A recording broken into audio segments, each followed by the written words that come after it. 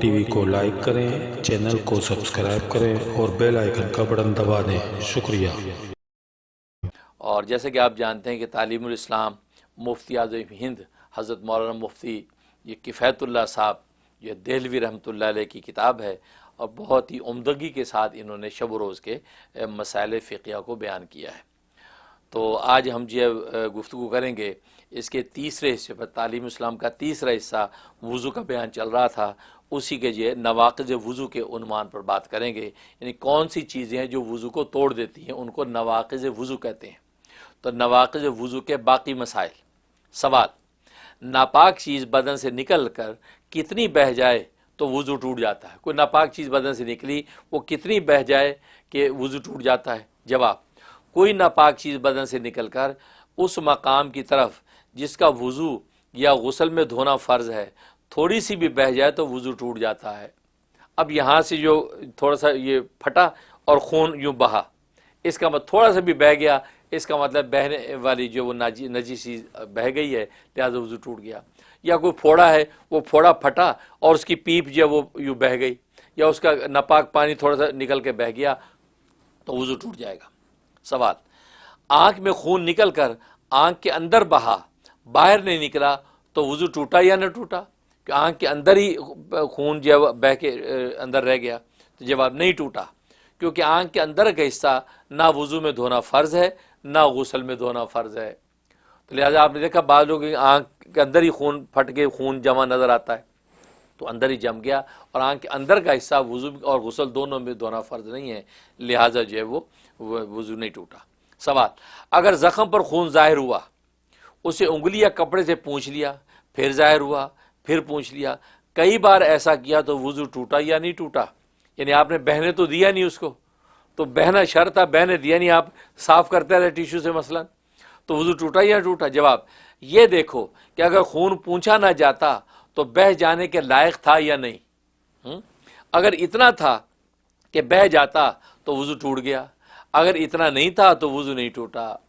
اب یہ آپ کو حساب لگانا، اس کو کہتے ہیں مبتلا بھی فیصلہ کرے گا، جو اس میں اب خون تھوڑا سا ابھرا، آپ نے صاف کر دیا، پھر ابھرا، پھر آپ نے صاف کر دیا، پھر ابھرا، صاف کر دیا، تو یہ بار بار صاف کرتے رہے، اس کا مطلب وضو ٹوٹا یا نہیں ٹوٹا؟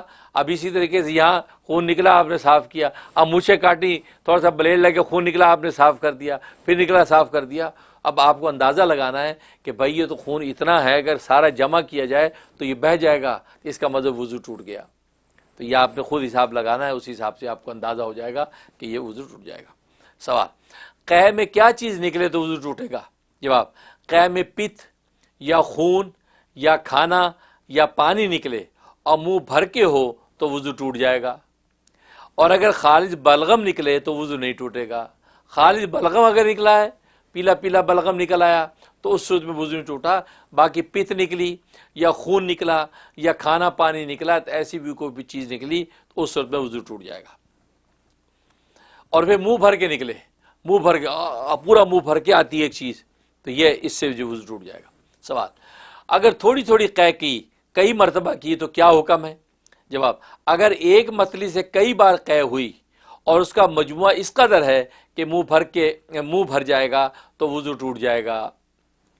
ہاں، اگر ایک متلی سے تھوڑی تھوڑی قے ہوئی، پھر وہ متلی جاتی رہی، پھر دوسری متلی پیدا ہو کر تھوڑی سی قے ہوئی، ان دونوں مرتبہ کی قے کو جمع نہیں کیا جائے گا اور وضو نہیں ٹوٹے گا۔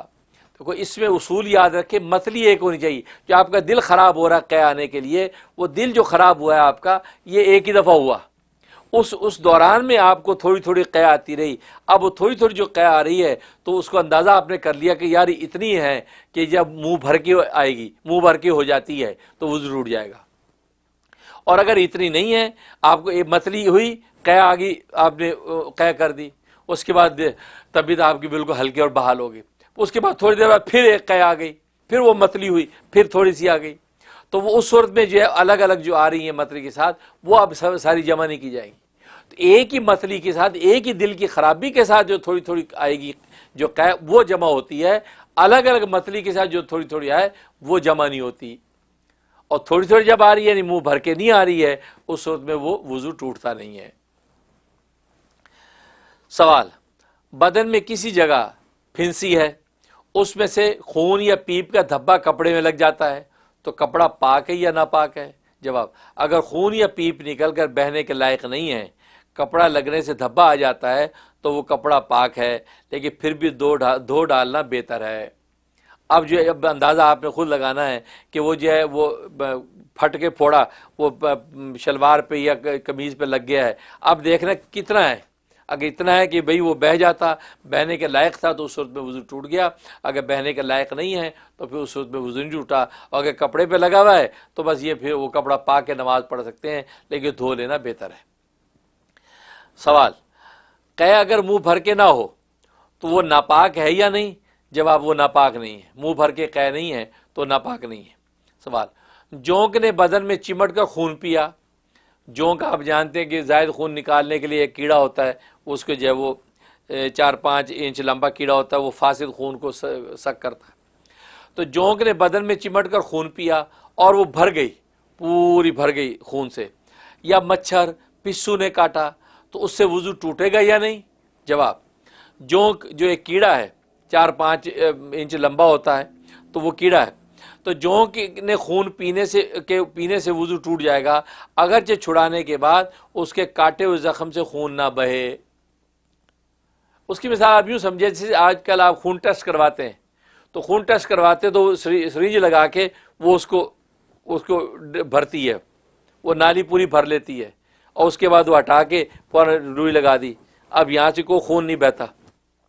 آپ کہیں جی خون تو بہا نہیں، وضو ٹوٹ گیا، کیونکہ وہ اسے پوری جو نلکی جو بھر لی ہے، وہ نلکی بھری بھی تو اتنی ہے کہ خون جب پورے بدن میں بہ جائے۔ بالکل اسی طریقے سے جونک ہے، تو جونک بھی جب لگتی ہے تو اللہ کے نظام میں جونک جو ہے وہ جس جگہ پہ ماہر لگا دیتا ہے تو اس جگہ سے پھر خون چوستی ہے، تو زائد خون جو ہوتا ہے فاسد، وہ خون سارا چوس لیتی ہے، پوری جب بھر جاتی ہے تو خود ہی گر جاتی ہے، کیونکہ پرانے بزرگ یہ لگایا کرتے تھے جونکیں، اور یہ نبی پاک صلی اللہ علیہ وسلم کی سنت ہے کہ جو آج کل جس کپنگ کے نام سے آج کل جو ہے کپنگ بھی کرتے ہیں، تو پہلے اس کیڑے سے بھی کام لیتے تھے، تو وہ جو ہے ہم نے اپنے بزرگوں کو دیکھا ہے کہ وہ یہ لگواتے تھے، ماہرین آ کے لگا دیتے تھے اور وہ پینا شروع کر دیا، حالانکہ اس میں اس کو خون نہیں ہوتا تھا، پینے لگ جاتی تھی، پوری وہ سرنج کی نلکی کی طرف پوری خون سے بھر جاتی، جب پوری بھر گئی تو خود ہی گر جاتی تھی، خود ہی گر کے مر جاتی، پھر وہ دکھانے کے لیے کرتا بھی تھا تو اس کو یوں کاٹتا تھا، یوں کاٹتا تو خون اوپر مٹی کے اندر یوں خون پھیل جاتا، بڑھ جاتا، تو یہ وہ مراد ہے۔ تو وہ اس نے جونک نے نکالا تو وضو ٹوٹ گیا گا، خون بہے نہ بہے۔ جونک کے خون پینے سے وضو ٹوٹ جائے گا، اگرچہ چھڑانے کے بعد اس کے کاٹے ہوئے زخم سے خون نہ بہے، کیونکہ جونک اتنا خون پی جاتی ہے کہ اگر وہ خون بدن سے نکل کر اس کے پیٹ میں نہ جاتا تو یقیناً بہہ جاتا۔ اور مچھر پسو کے کاٹنے سے وضو نہیں ٹوٹتا، کیونکہ یہ بہت تھوڑی مقدار میں خون پیتے ہیں جو بہنے کے لائق نہیں ہوتا، مطلب مچھر ہے، مچھر اگر بیٹھ جائے پورا بھرا ہوا، اس کا مار بھی دیں تو خون کا وہاں دھبا لگ جائے گا، خون بہے گا نہیں، اتنا خون ہوتا ہے جو بہتا نہیں ہے، لہٰذا اس صورت میں جو ہے وضو نہیں ٹوٹتا۔ سوال، کس قسم کی نیند سے وضو نہیں ٹوٹتا؟ نیند ہے، اب نیند کی کئی قسمیں ہیں، نیند کامل ہے، ناقص ہے، کس قسم کی نیند سے وضو نہیں ٹوٹتا؟ جواب، کھڑے کھڑے سو جانے سے وضو نہیں ٹوٹتا۔ اب نماز میں کھڑے کھڑے سو گیا آدمی، اب عام طور پہ تراویحوں میں لوگ سو جاتے ہیں، ہاتھ باندھے سو رہے ہیں، اب حافظ صاحب قرآن پڑھ رہے ہیں، سوتے سوتے ایک دم جھٹکا آتا ہے، 2-4 دائیں بائیں بندوں کو ہلا دیتے ہیں، وہ سب بھی ہل جاتی پوری، تو اس سے وضو ٹوٹا ہی نہیں ٹوٹا، کیونکہ یہ نیند کامل نہیں ہے، یہ نوم کامل نہیں ہے، کیونکہ یہ ظاہر بندہ جو کھڑا اپنے آپ کو سنبھال کے، اور یہ جب کامل نوم میں جانے لگتا ہے تو تبھی وہ ہل جاتا ہے، تو کامل نوم میں دخول نہیں ہوا، کامل نوم میں ناقص میں تھا، اور ناقص نوم سے وضو ٹوٹتا نہیں ہے۔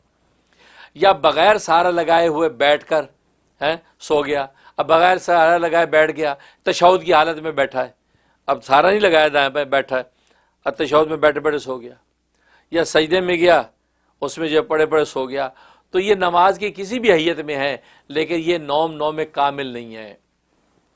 یا نماز کی کسی حیت پر بھی سونے سے وضو نہیں ٹوٹتا، تو یہ جیسے سجدے میں سو گیا یا قاعدہ یہ تشہد میں سو گیا تو وضو نہیں ٹوٹے گا، یہ یاد رکھیں۔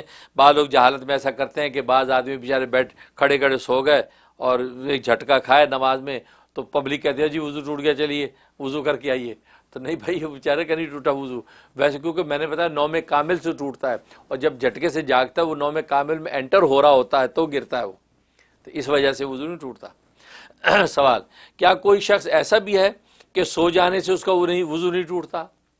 جواب، ہاں، انبیاء کرام علیہ الصلوۃ والسلام کا وضو نیند سے نہیں ٹوٹتا، انبیاء کی جو ہے نیند سے وضو نہیں ٹوٹتا، یہ ان کی خصوصیت اور خاص فضیلت ہے، کیونکہ انبیاء کرام علیہ الصلوۃ والسلام جو ہے جو وہ خود نبی پاک صلی اللہ علیہ وسلم کا ارشاد ہے کہ ہماری آنکھیں سوتی ہیں، دل نہیں سوتا، اور اصل غفلت دل کے سونے سے آتی ہے، دل کے سونے سے آتی ہے، تو لہٰذا جو آنکھیں بند ہیں، دل سو گیا ہے، تو پھر اب یہ نیند کامل ہے۔ تو انبیاء کا دل سوتا نہیں، کیونکہ کسی وقت بھی اللہ تبارک و تعالیٰ کے وحی و پیغام آ سکتا ہے، تو دل آپ کا بیدار رہتا ہے، تو آنکھیں سو جانے سے یہ جو ہے وہ نیند کامل نہیں ہوتی، لہٰذا اس وجہ سے وضو نہیں ٹوٹتا۔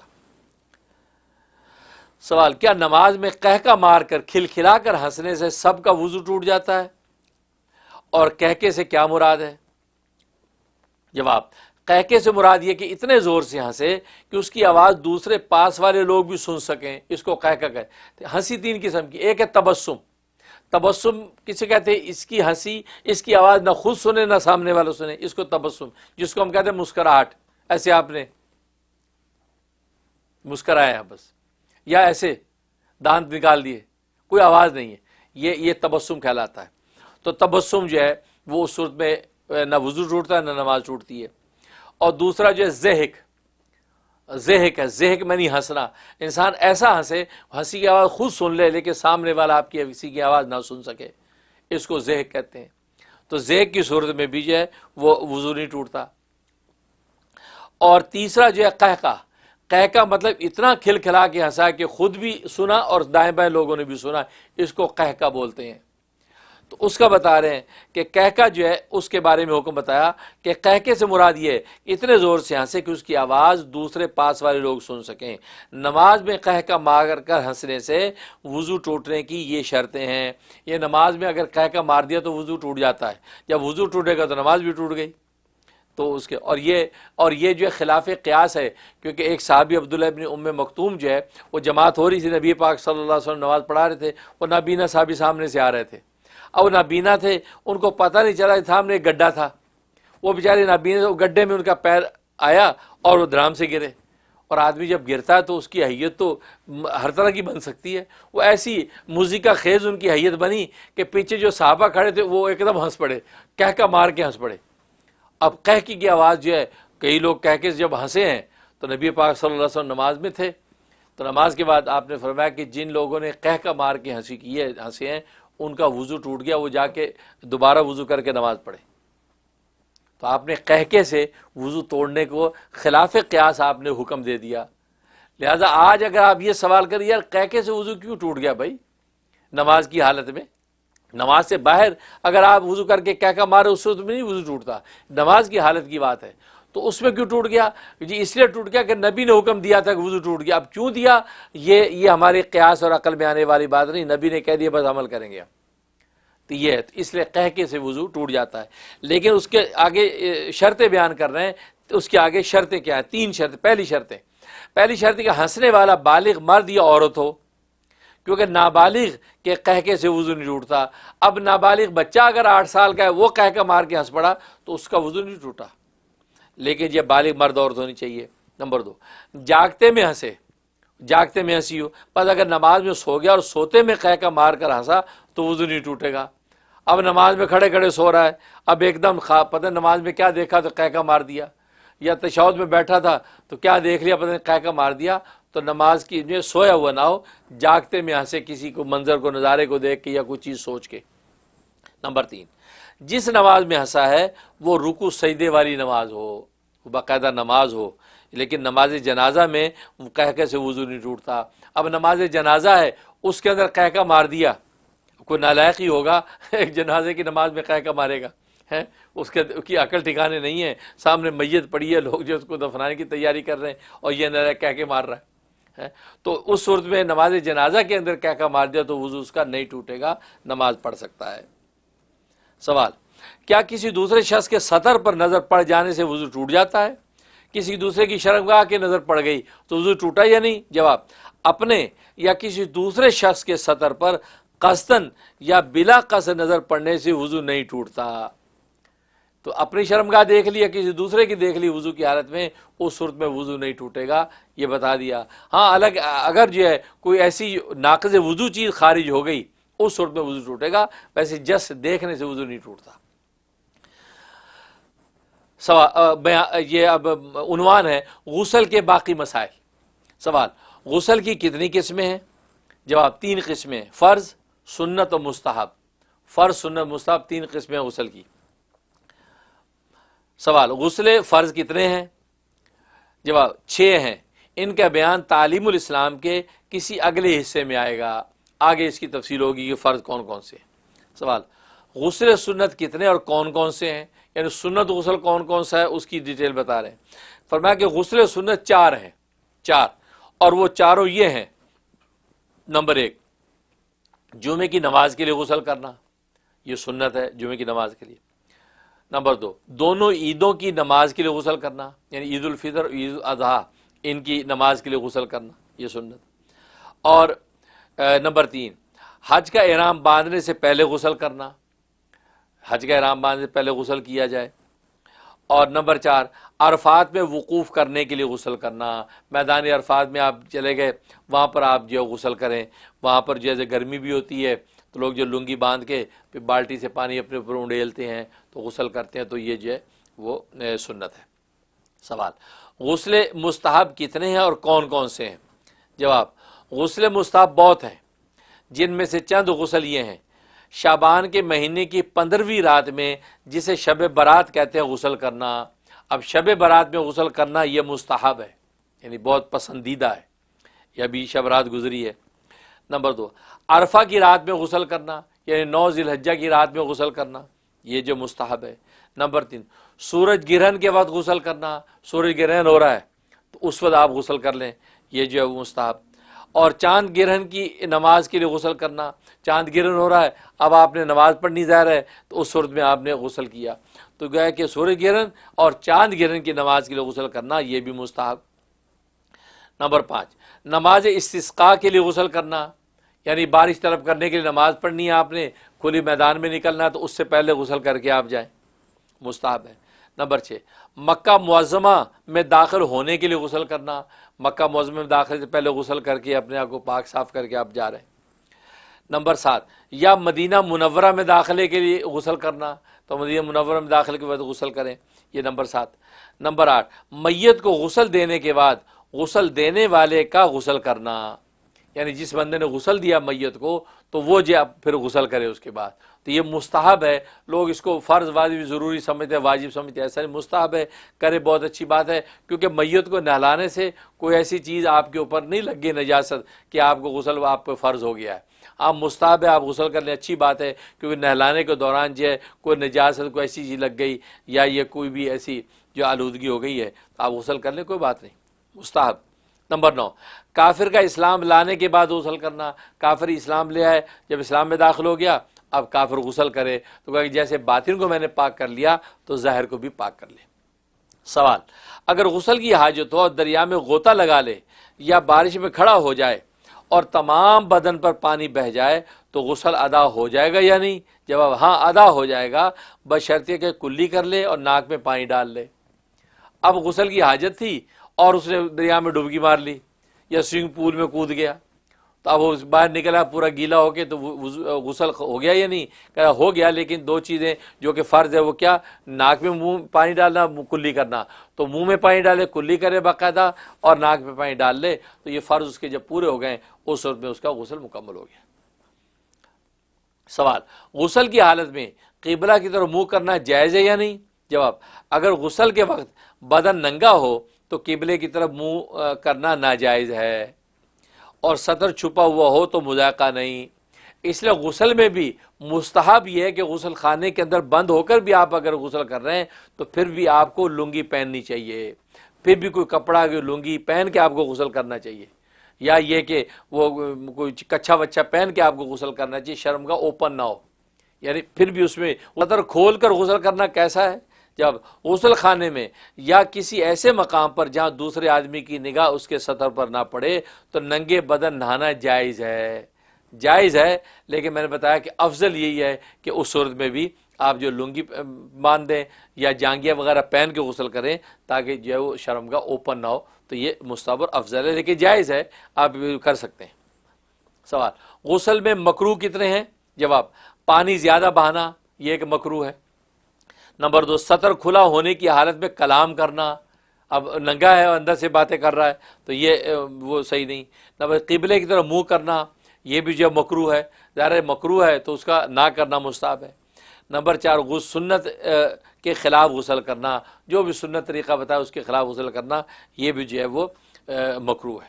سوال، اگر غسل سے پہلے وضو نہ کیا تو غسل کے بعد نماز کے لیے وضو کرنا ضروری ہے یا نہیں؟ جواب، غسل کے اندر وضو بھی ہو گیا پھر وضو کی حاجت نہیں۔ اب یہ اکثر لوگ پوچھتے ہیں جی غسل کر لیا اب اس کے بعد وضو کریں یا نہ کریں؟ اصل طریقہ تو وہی ہے، غسل کا پہلے طریقہ آگے آئے گا، پہلے پورا نماز والا وضو کریں۔ غسل سے پہلے سب سے پہلے استنجا کر کے بدن سے نجاست دور کریں، پھر پورا نماز والا وضو کریں، اب غسل کریں۔ اب دوران غسل اگر وضو ٹوٹا نہیں ہے تو پھر آپ کا وضو چونکہ آلریڈی ہو چکا ہے، لہذا اب غسل کے بعد وضو کرنے کی ضرورت نہیں ہے۔ دین کی بات پھیلانا صدقہ جاریہ ہے، ثواب کی نیت سے ویڈیو کو شیئر کیجیے، شکریہ۔